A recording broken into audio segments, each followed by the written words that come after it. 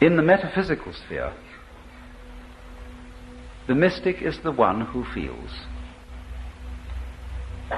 that everything that happens is in some way harmonious, is in some way right, is in some way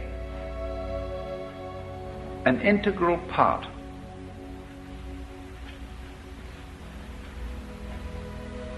of the universe. Now, when we transplant or translate that into the moral sphere, the sphere of human conduct, the equivalent is this: there are no wrong feelings.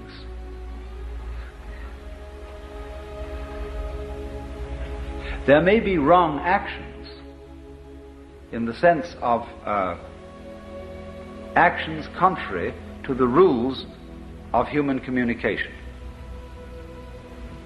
But the way you feel towards other people, loving, hating, etc., etc., aren't any wrong feelings.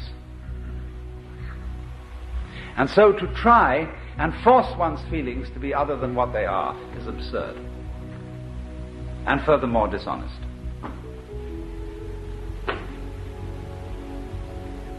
But you see, the idea that there are no wrong feelings is an immensely threatening idea to people who are afraid to feel in any case.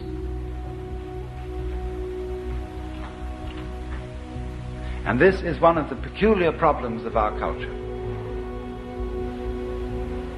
that we are terrified of our feelings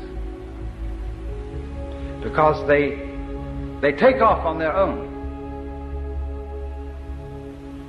And we think that if we give them any scope, and if we don't immediately beat them down, they will lead us into all kinds of chaotic and destructive action. It's so funny that we, in our Western culture today, say that kind of thing. We who do more chaotic and reckless kind of action than anybody ever did.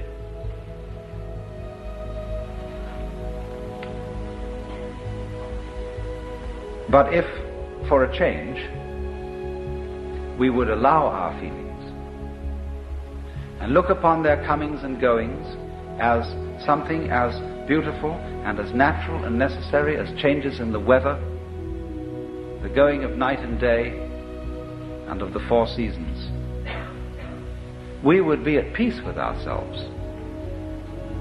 Because what is problematic for Western man is not so much his struggles with other people and their needs and their problems as his struggle with his own feelings, with what he will allow himself to feel and what he won't allow himself to feel.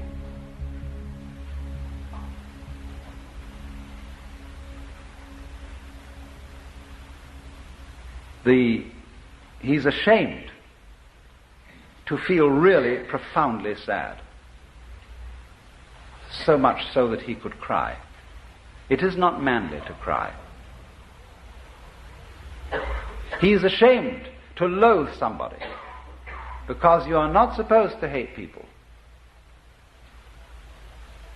He is ashamed to be so overcome with the beauty of something, whether it be a natural landscape or a member of the opposite sex, that he goes out of his mind with this beauty. Because all that kind of thing is not being in control, old boy. Not kind of having your hand on the wheel.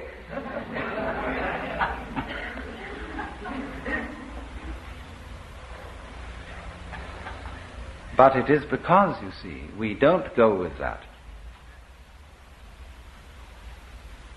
we are not in control. That we try to pretend that our inner life is different. So I think this is the most releasing thing that anybody can possibly understand. That your inner feeling is never wrong. That's to say, what you feel, it's never wrong that you feel that way. It may not be a right guide to what you should do. In other words, if you feel that you hate someone intensely, it isn't necessarily the right way of dealing with that feeling to go out and cut his throat. But it is right that you should have the feeling of hating, or of being sad, or of what?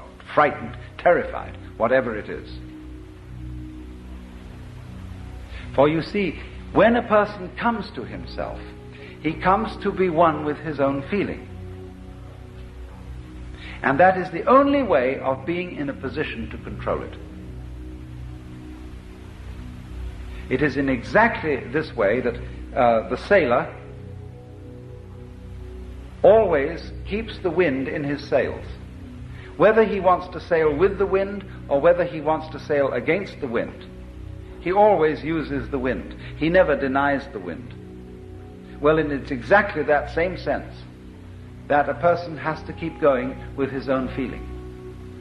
Whether he wants to act as the feeling obviously suggests or act in a different way, he has to keep the feeling with him, because that's his own essential self.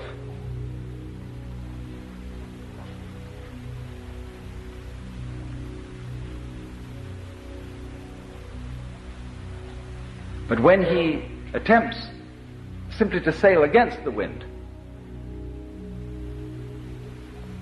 he's lost himself. He's become just a kind of empty mask which hasn't got any real life behind it. And all its protestations of love and goodwill are hollow. So you see, it is in the most basic, simple situation. A mother has a child.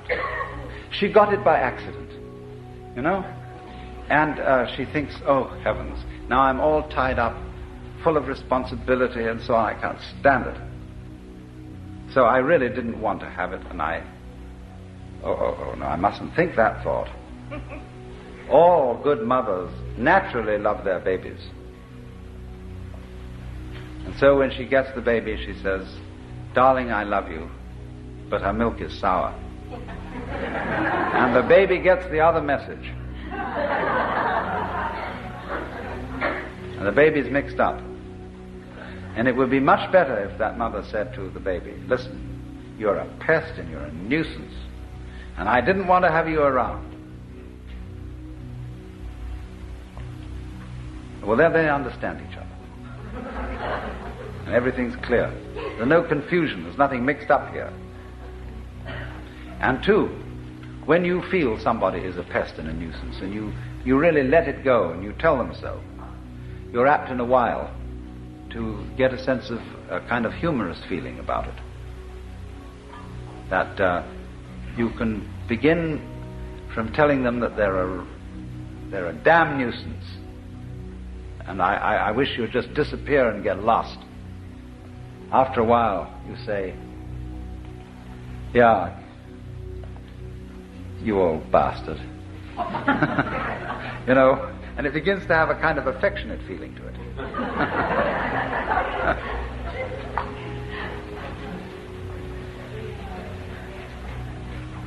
So, to sum up, what the mystic primarily feels is the divinity, the glory of whatever is. And when we apply that to the moral sphere, what is what one feels genuinely. And this must always be admitted, always allowed. It doesn't mean to say, let me emphasize this, it doesn't mean that we always are therefore compelled to act upon the basis of what we feel. That is to say, to kill the person we hate. Hatred does not necessarily lead to violence. It is unacknowledged hatred that leads to violence. Honest hatred can be expressed in much simpler ways. But the expression, the recognition, the acceptance of what is honestly felt, is the moral equivalent of the vision that whatever exists is a manifestation of the divine.